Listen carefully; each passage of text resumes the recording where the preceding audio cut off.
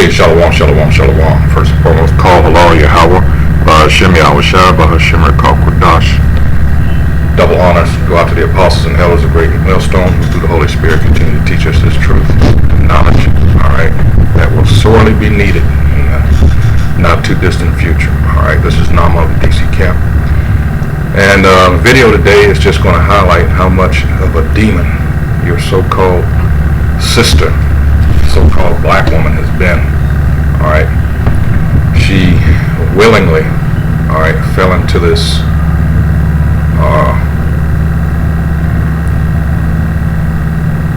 trap, more or less, alright, that was set for us, alright, splitting up our family and so forth. The main thing I'm talking about here is I'm getting into abortion. When I saw these numbers, I was like, damn. Alright, she has been an absolute demon. Alright, now this is from Mother Jones. I'm going to start off with this. Of course, we all know that the great windbag himself, Rush Limbaugh, died last week. So in response to that, a bunch of these devils got together and it says, in honor of Rush Limbaugh, $425,000 in donations to Planned Parenthood. Alright, mirroring the effort to drive donations to Planned Parenthood on Mike Pence's birthday a few years ago, scores of people not quite mourning Rush Limbaugh's death or rallying to mobilize similarly and donate in his name. It's what Rush would have wanted, reads the Instagram picture. I'm sure that's the case since Rush Limbaugh was an avowed racist. Avowed meaning he openly declared it. It was no secret, alright? He let it be known. It says the goal of donating $10,000 to reproductive health care has been far exceeded. More than $425,000 and counting has already been raised by 17,000 donors in Limbaugh's memory. Alright, so that's that for that article there. So let's get what Planned Parenthood is all about, just in case you didn't know. Alright, this is something that let's see, let's just go with the wiki here. Alright, then we'll get into everybody's favorite billionaire as of late and get his connection with it, since you all just don't seem to want to believe what we're saying here. Alright, it's a concerted effort, alright, to keep us from coming back and becoming a nation. Psalms 83. Alright, Planned Parenthood is a non-profit organization that provides reproductive health care in the United States and globally. And guess where it's concentrated? It says it is a tax-exempt corporation under Internal Revenue Code section, blah, blah, blah, whatever. 501c3. Wow. And a member association of the International Planned Parenthood Foundation. Alright. Planned Parenthood has its roots in Brooklyn, New York, where Margaret Sanger opened the first birth control clinic in the U.S. in 1916. Sanger founded the American Birth Control League in 1921, which changed its name to Planned Parenthood in 1942. Now, I want to see if, let me scroll on down, if they're going to get to her, let's see.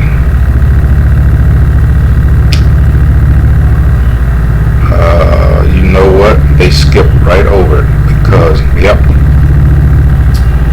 Why am I not surprised? Alright, because her association with the Nazis, she even went over there. They skipped all over it.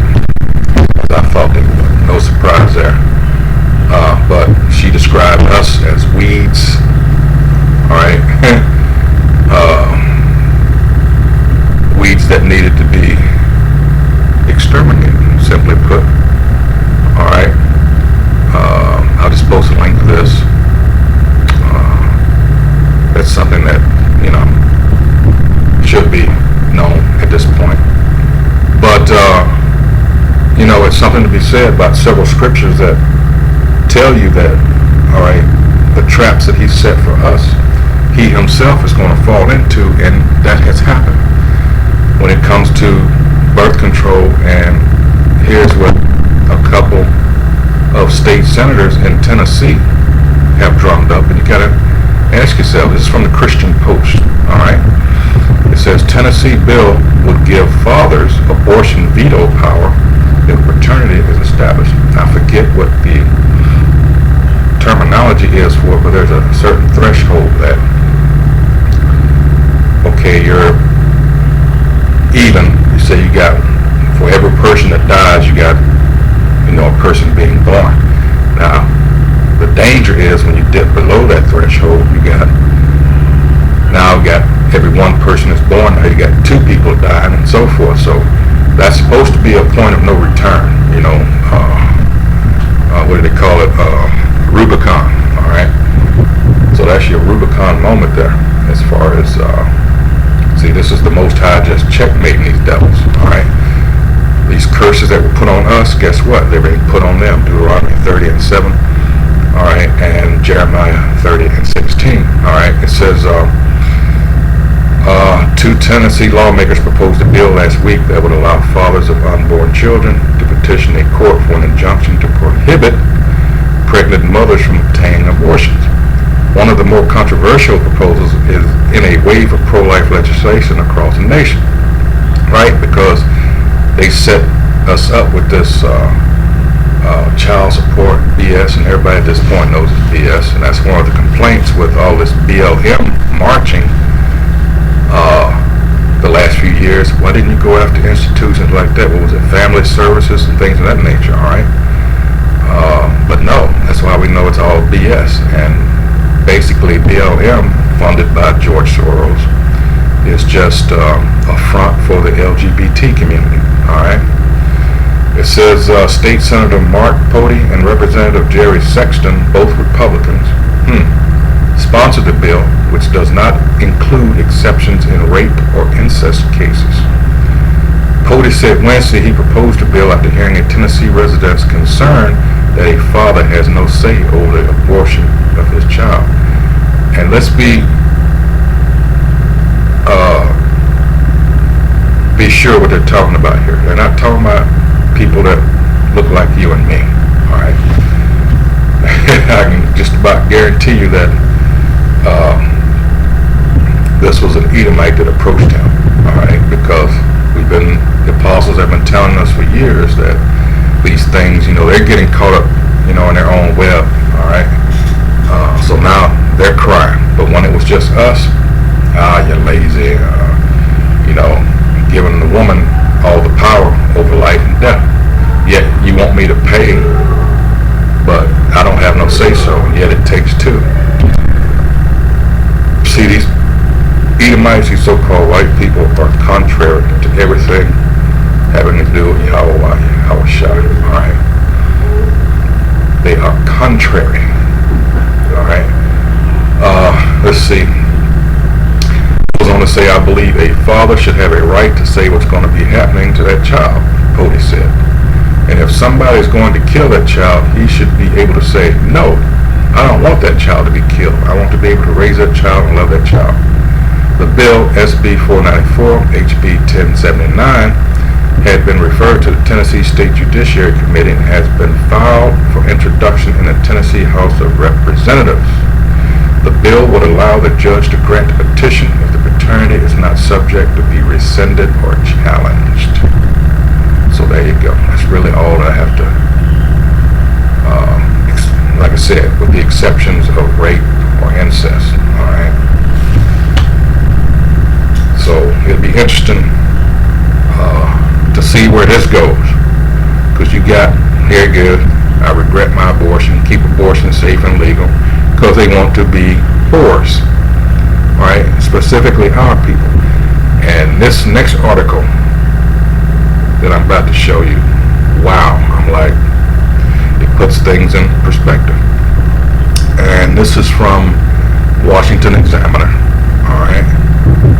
And this was just about a year ago, February 28th of last year, all right? It says, abortion's twisted logic of racism during Black History Month. I really hate that. I'll be glad when this is over. I hate this month. And it says, Dr. Carter G. Woodson, a founding member of what is now called the Association for the Study of history. We're not Africans and we're not Americans, all right? We're Israelites. It says, announced the first Negro History Week in 1926, selecting February because it held the birthdays of Abraham Lincoln and Frederick Douglass, all right? This says the celebration grew to a month-long observance in 1976, beginning with Gerald Ford, blah, blah, blah, blah, blah, skipping down. It says, while many positive accomplishments by African Americans, so-called, are now brought to our attention every February, there are those who exploit this annual event to further their own political agenda, which is actually counter to the historical advancement of Black American history. Among them is Planned Parenthood. The nation's largest abortion provider has done a masterful job of creating a false impression that its programs somehow benefit the Black community. A recent example of the success is Charity Navigator's inclusion of Planned Parenthood in a list of charities that promote Black health, education, rights, and community development. Because as long as we are retarded as far as numbers are concerned, that's all right. Like I made reference to Psalms 83rd chapter. That's what's going on here. Everybody is in cahoots, all right, when it comes to keeping us where we are, all right, which is at the bottom of the totem pole. Now here's where, after all this, it's talking about, it says joining Planned Parenthood's deception while the many legislators who benefit from the organization's largesse.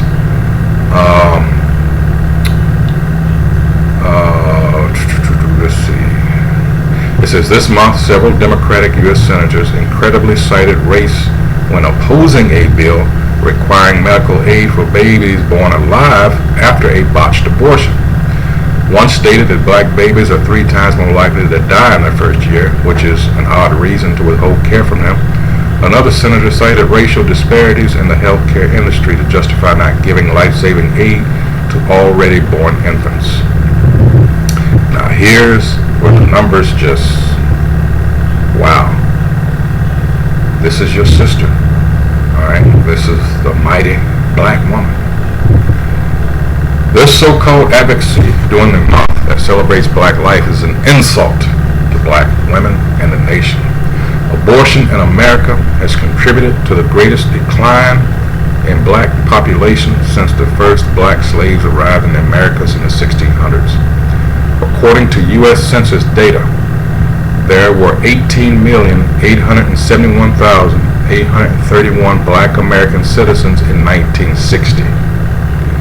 Listen to this now. Since Roe v. Wade legalized abortion in 1973, abortion has killed an estimated 20 million Black babies, more than the entire Black population in 1960.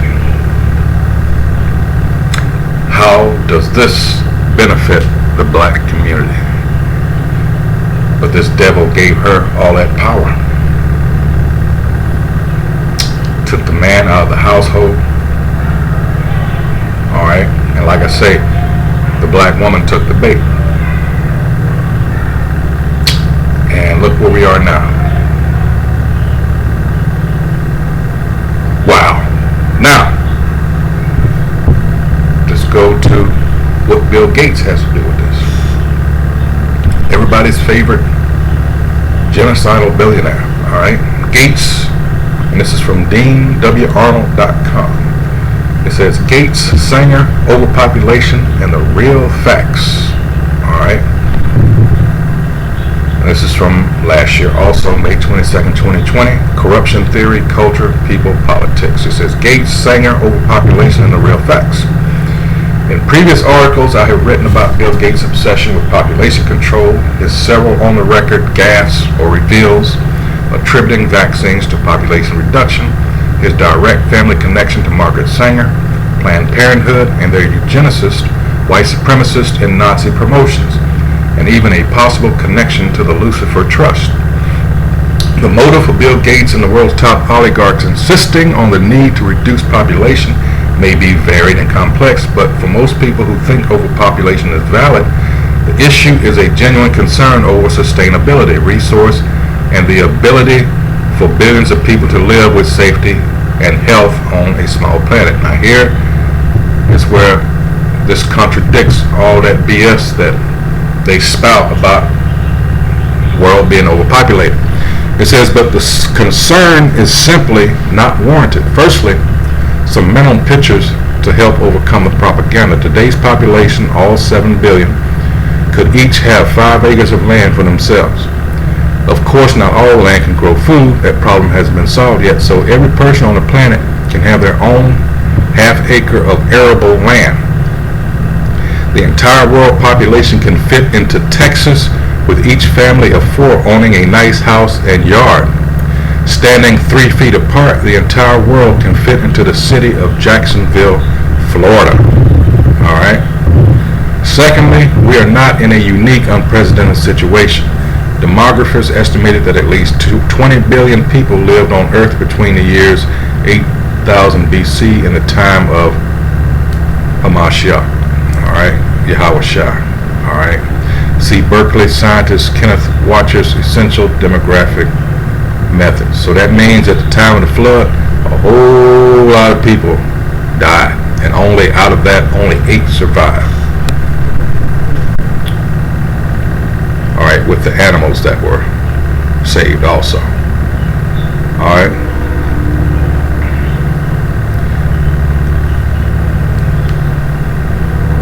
The notion that half of all people who have ever lived are alive currently is a myth. Thirdly, there is plenty of food. The world grows enough food today for 3 billion more people than now exist. As Eric Holtz Jimenez writes in the Journal of Sustainable Agriculture in his paper, we already grow enough food for 10 billion people and still can't end hunger. Exactly.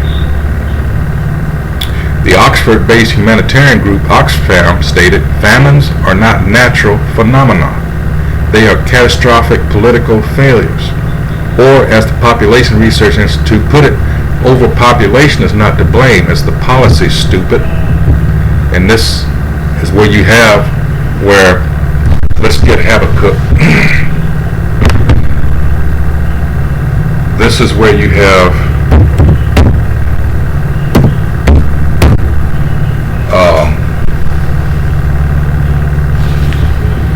the wicked here, and their covetousness comes into play.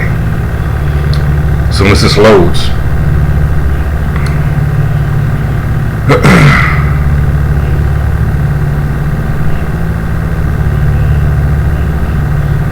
wow, I apologize.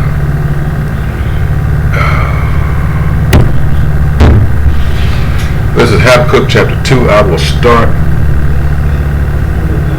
at the top. It says, I will stand upon my watch and set me upon the tower, and will watch to see what he will say unto me, and what I shall answer when I am approved. Alright? And this is what we're doing out here on the highways and byways, and we're singing this song, alright, that we're trying to say, come back, remember who you are, alright, acknowledge who your power is, the Most High Yahweh and the Son Yahweh Shah, alright?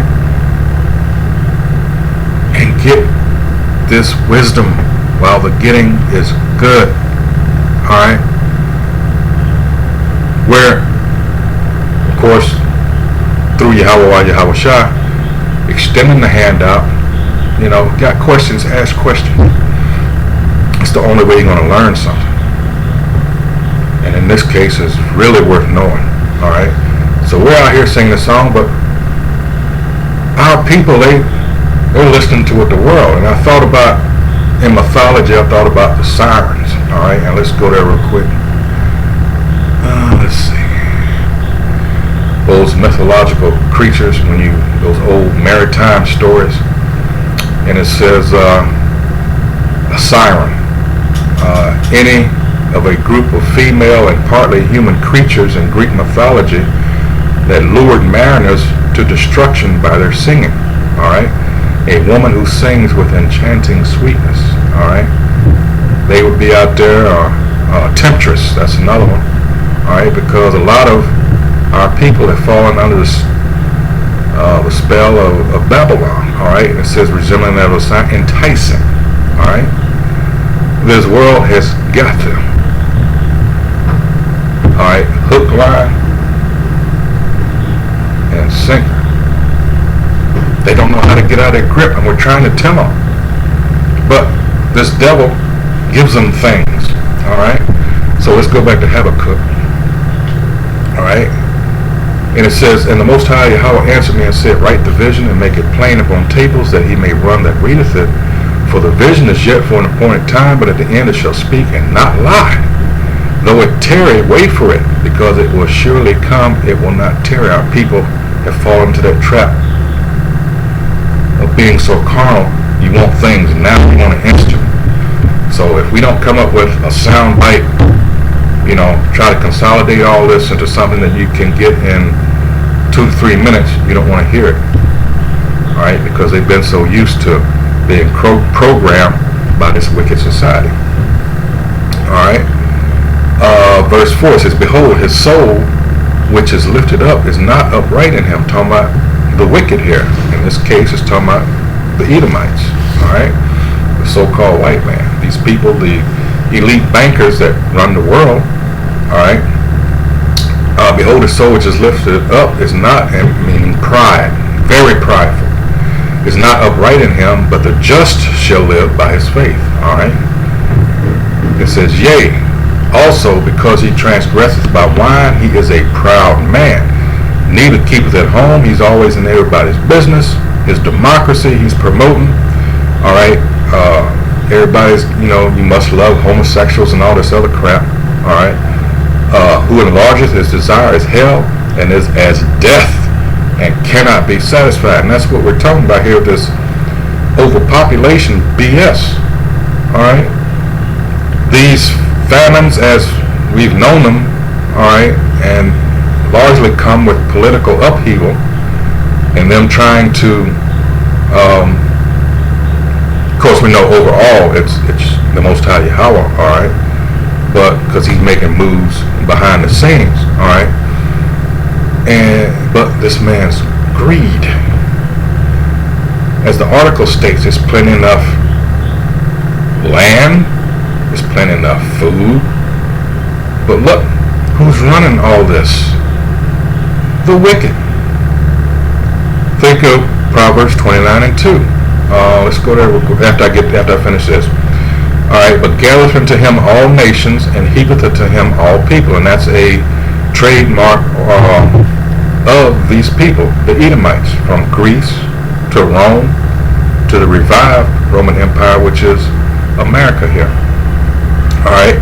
6, shall not all these take up a parable against him, and a taunting proverb against him, and say, woe to him that increaseth that which is not his? How long? And to him that ladeth himself with thick clay. 7, shall they not rise up suddenly that shall bite thee, and awake that shall vex thee, and thou shalt be for booties unto them? And we are a spoil. All right. We specifically as a people are a spoil. Isaiah 42 and 22 tells you that we are hidden in prison houses in the holes. All right. And at the very end of that scripture tells you none say restore, because they've made so much money off of our people and continue to do so. And they're trying to take it to the next level, which will be through their technology with this ultimately, which will be the microchip and this digital currency. And that will be, hey, it's going to get so bad. There's a reason Daniel 12 and 1 says what it says about the archangel Michael having to stand up. All right. Verse 8, because thou hast spoiled many nations, all the remnant of the people shall spoil thee, because of men's blood, and for the violence of the land, of the city, and of all that dwell therein. Here's the point. Woe to him that coveteth an evil covetousness to his house, that he may set his nest on high, that he may be delivered from the power of evil. All right. Thou hast consulted shame to thy house, and this is the nation of Edom. Thou hast consulted shame to thy house by cutting off many people, and hast sinned against thy soul. All right. And that's just what he's done. 12. Woe to him that buildeth a town with blood, and establisheth a city by iniquity. Exactly. Now let's go back to the article with Gates. That's what he has done. That's why Yahweh Shai has to come back. He's just waiting on that word. All right. It says, fourthly, there is plenty of water. Of course, 2/3 of the globe is covered in water and looks blue from outer space. Sure, that's salt water, but again, some creative person may figure out a simple way to convert it. And that's not the only thing. There's also something called primary water. Now, there's supposed to be 5 times as much water in the earth than what's on the earth. Think about that. Think what happened with the flood, where he said the fountains of the deep opened up. So you had it coming from above and you had it coming from below. All right? And how everything at the end of the flood, how with his promise with the rainbow, and how those things were sealed off. All right? So you got how many miles of crust and mantle? I think it's 32. So you're telling me with all those pockets and things down there, there's not fresh water? Again, primary water. Look it up. It says, regarding the kind of water you currently drink, freshwater withdrawals have increased 7-fold since 1900, while the world population has increased only 4-fold. People figure out a way to garner the abundance of fresh water on our planet, all right? Then why all this chicken-low fear-mongering about overpopulation? The dubious school of thought began in the early 19th century with anti-population doomsday writer Thomas Malthus, an Anglican clergyman, not a scientist. In 1925, Margaret Sanger hosted a neo-Malthusian conference at the McAlpin Hotel in New York in honor of Malthus. At the conference, she stated, year by year, more money is expended to maintain an increasing race of morons, which threatens the very foundation of our civilization.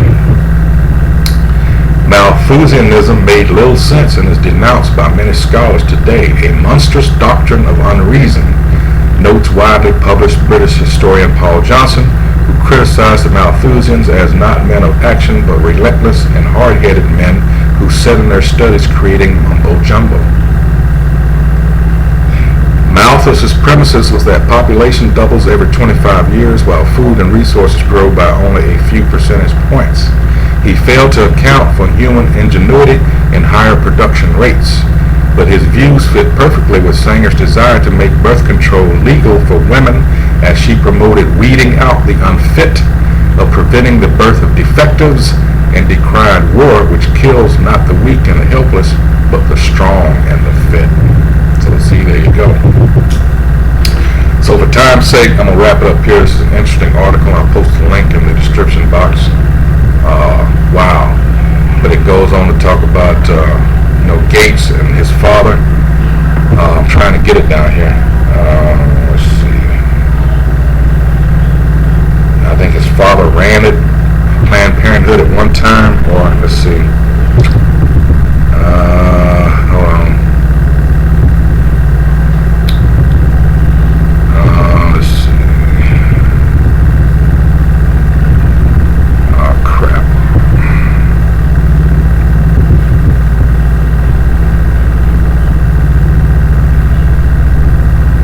That's weird.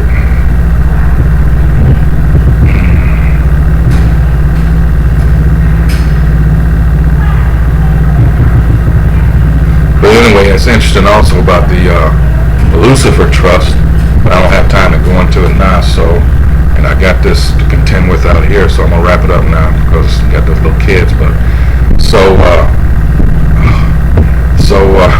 I hope whoever views this is edified, is what we try to do here at Great Millstone, all right, in hopes of waking up the hopeful elect. So with that,